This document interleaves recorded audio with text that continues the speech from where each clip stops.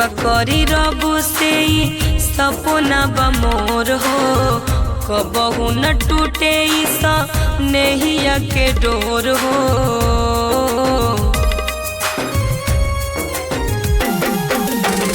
दुआ करी रबू से सपना बमोर हो, कबहू न टूटे नैया के डोर हो।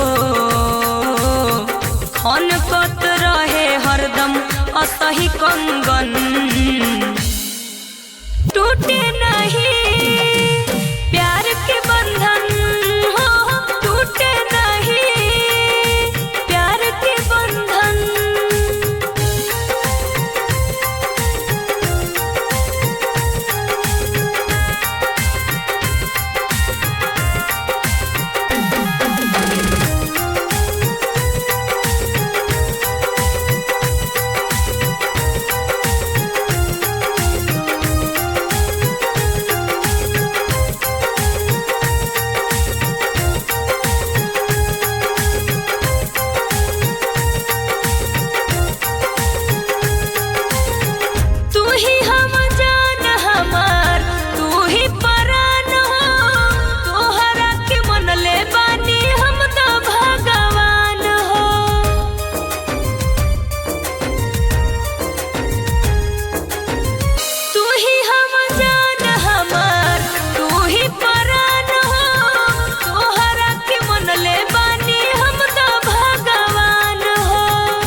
सही जुड़ल रहे छूटे नहीं साथ हो, असही कटत रहे दिन और रात हो। खिलल रहे जैसे खिलेला चमन, टूटे नहीं प्यार के बंधन हो, टूटे नहीं प्यार के बंधन।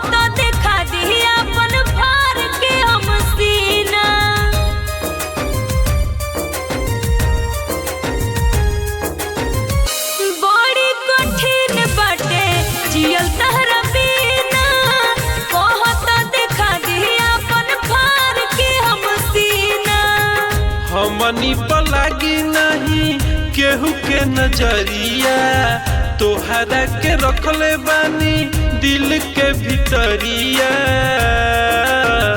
हमके तो चाही खाली प्यारे सजन, टूटे नहीं प्यार के बंधन हो, टूटे नहीं प्यार के बंधन। बंधन बंधन प्यार